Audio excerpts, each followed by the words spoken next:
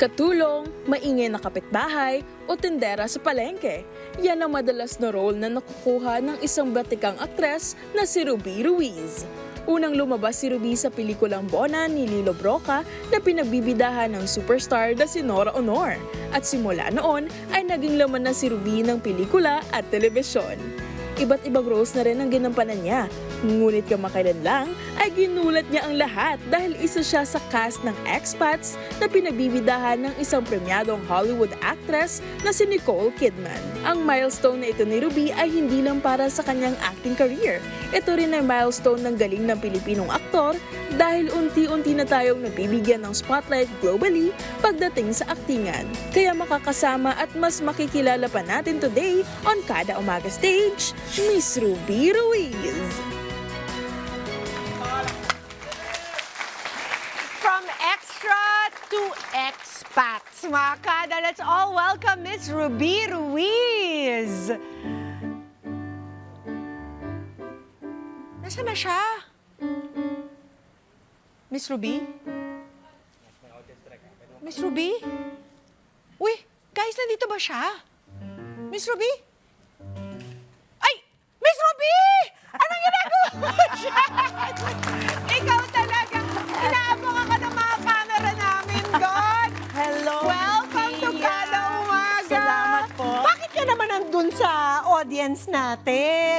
Dahil sanay naman akong kasama ng karamihan ng audience. Talaga kasama ba, ng marami. Miss Ruby? Yes. Oh. Dahil doon naman tayo nanggaling sa crowd.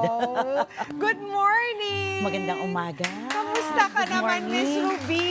Ang saya pala dito. Oo, nakakaloka naman tong nabalitaan namin. Nakasama mo si Nicole Kidman sa bagong proyekto ninyo. Yes. Ang title ng series ay Expats. Expats. Yes. Tell us a Directed bit. by Lulu Wong. Ooh, so this is a Hollywood project. It's a Hollywood project. It's a limited series. Ang tawag Okay. doon, 6 episodes. 6 episodes. Opo. Tapos, ito po ay, paano nyo po na-land itong role na ito? Nag-self-tape na audition. Aha. Mga 3 rounds Okay. ng audition. Self-tape Self-tape audition. auditions. Okay. Dahil panahon ng pandemic noon. Nung naghahanap po sila Nung ng, naghahanap nung sila. nagka-casting Nung po nagka-casting, sila. mga 1.5 years ang casting. Oh, In several wow. countries daw. Oo. And syempre dito rin sa Pilipinas, syempre kasali tayo. Nice. So may natanggap lang ako sa email ko. Noong Oo. una, hindi ko pinapansin dahil may palabas naman ako noon, busy ako. At saka syempre pandemic, kasi parang ang come on doon, ang shooting sa Hong Kong daw. Hindi ako interesado. Dahil Okay. COVID nga noon Kasi pandemic, Pandemic, no? Nobody oo. was traveling. Yes, tapos sa Hong Kong pa. Oo. Afraid ang lola mo. So ano nangyari? What made you decide to give it a chance? Makulit sila, parang ganon. Tapos pinadala yung script, binasa ko ang role nanny. Okay. So dito, I play the nanny of Miss Nicole Kidman. My character name is Essie. Okay. So nung nakita ko ang script, Pia, it's in English. It's not my first language. But you know, as Pinoys, Yeah, di of course, ba? hindi. I can, kaya ko naman. Oo. But sabi ko, parang the more it didn't encourage me. Oo. Ganon. Kahit na I can speak in English, parang mas magaling ako sa Tagalog. Oo. Mas ma-emote ko. Parang never ka pang umacting na pure English. Oo. So I was quite hesitant. So sabi ko, naku, parang lalong hindi. Oo. But then they insisted, and it was my son who told me na, subukan mo lang hindi ka na, marunong ka naman mag-English. Oo. Graduate ka naman sa ganitong eskwelahan, Okay. all right. Sabi ko, sige na nga, sabi ko gano'n. Oo. When actually the reason is, hindi ko gustong umalis. Oo. May kaba ako. Oo. So I auditioned and I passed the English script, and then Okay. next step was the Tagalog script. Nung Tagalog na pinagagawa sa akin, suplada lo, wag na. If I pass the English, why would I still do it in Tagalog? Kumbaga, humahanap ako lahat ng rason para... Hindi siya gawin. Oo. Paayaw talaga. Pero ganun pala, kapag para sa'yo, para sa'yo. So, 3 po yung audition tapes The na last pinadala round niyo. was already Zoom audition with the director, with the producers. Nung dun sa Zoom, ang background nila, nasa Hong Kong sila. So nakita ko yung, siguro that the office was situated sa mga parang tenement houses. Nung nakita ko, sabi ko, ay, yung character ko, siguro parang doon nakatira sa isa sa mga yon. Sobra akong na-move. Natakot? Oo, na-move. Nung Na-move. Okay. all of a sudden, na-realize ko that I will be representing the overseas Filipino workers. And bakit ba pa ano-ano pa, nag-hesitate pa akong ibigay ng todo?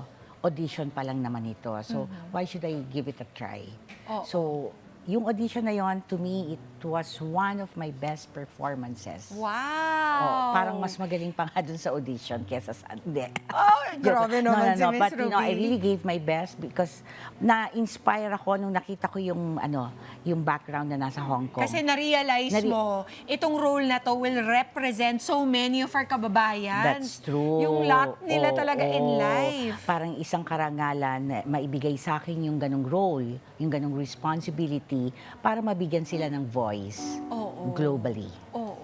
Ayun. Tsaka ma-realize na ating mga kababayan kung ganong kahirap din yung ginagawa ng ating mga kababayan for their Correct. families. Tama, yung sakripisyo. Diba? Oo. Oo.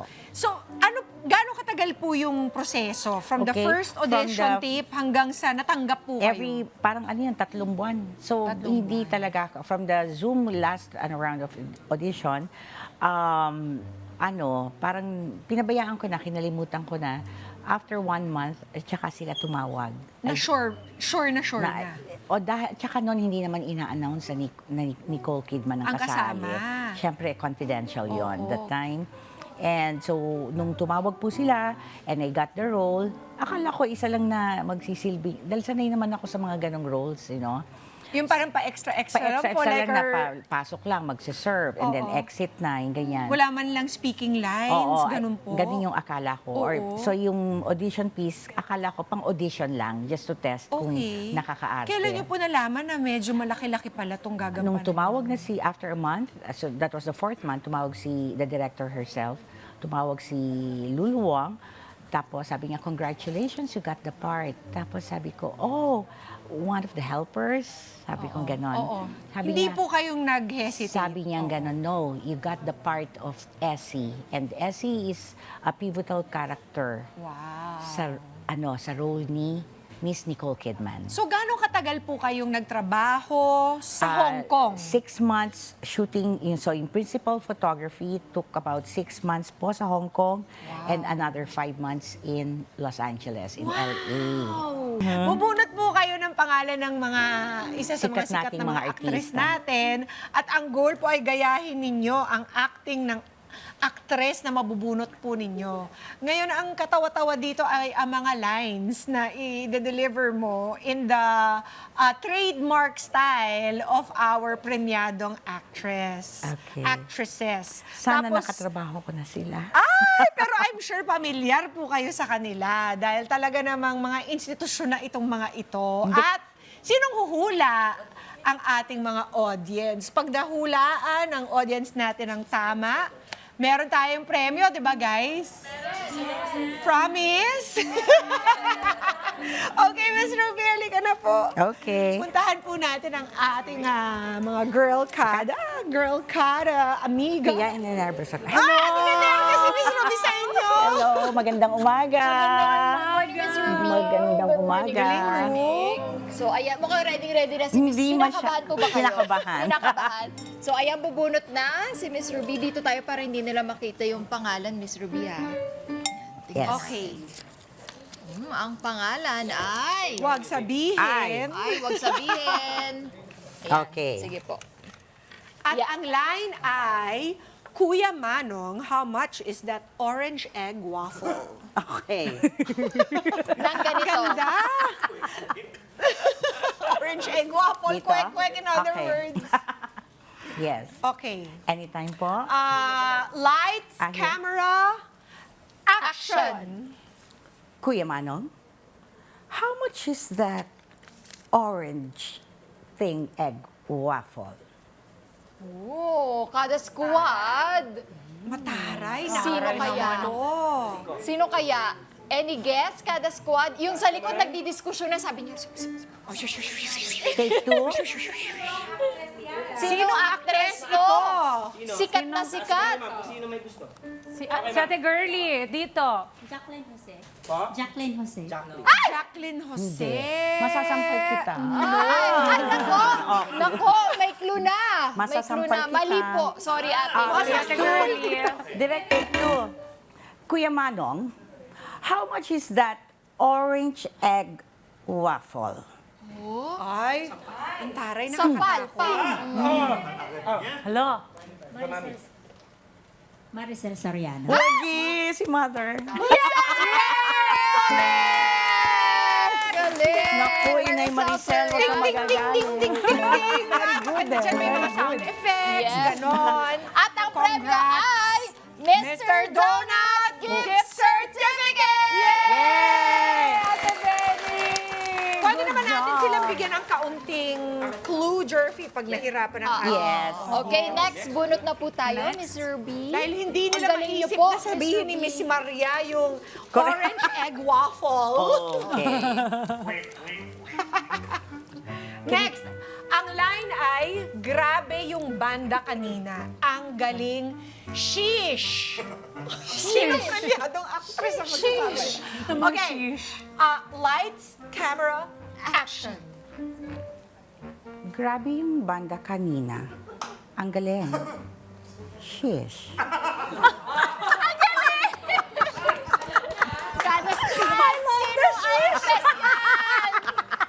Diba? Ganos Talo sino ang Miss actress Ruby, yan? mas Gen Z siya namin, may ganon. Love the sheesh.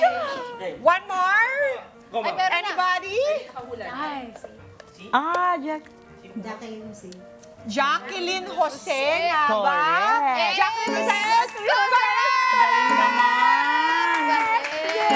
Jing, jing, jing, jing, jing, jing, jing. Ang galing. Hindi ako Music naman, panalo music na, naman dyan, Mr. Christian. Mr. Donut. Correct answer, para masaya. Okay, Ang dito. Ang galing-galing nyo. Gas, Mr. B. Hindi. Ang saya nyo, Gi.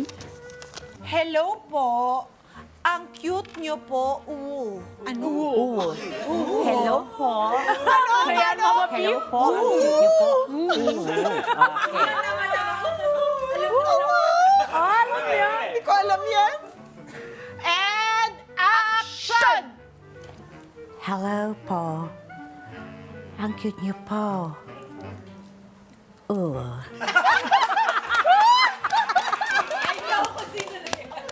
Sino yon?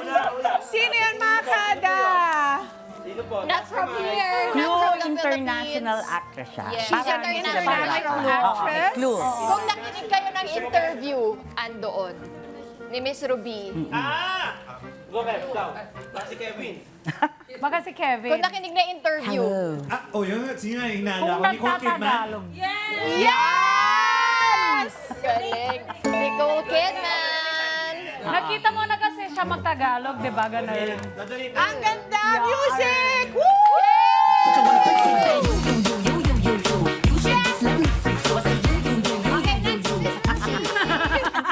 Thank you very much. Thank you so much for having me here. Yes, it's such a pleasure and an honor to meet you po. Maraming salamat. At dahil sa inyo po, nasa watchlist ko na po ang Expat. Yes. Maraming Streaming salamat. platform. Yes, Okay. I know. Salamat po sa pagbisita. We can Napakasaya ng umaga ngayon. Thank you, Miss Ruby. Maraming salamat. Maraming salamat kada umaga. Oo, invite na muna po ang ating mga kada na panoorin po ang inyong limited series with the one and only Nicole Kidman. Iniimbitahan ko po kayong lahat panoorin ang 6 episodes ng Expats directed by Lulu Wang. At ang mga bida po ay Nicole Kidman, Sarah Yu Blue, and Ji Young. At kasama po tayo doon. Maraming salamat po! Mga Kanet 25, this is Pia Guanyamago. For more Kada Umaga updates, please click the subscribe button and follow us on Net25 social media pages at Net25 TV and at Net25 Entertainment Facebook page. See you guys. Bye!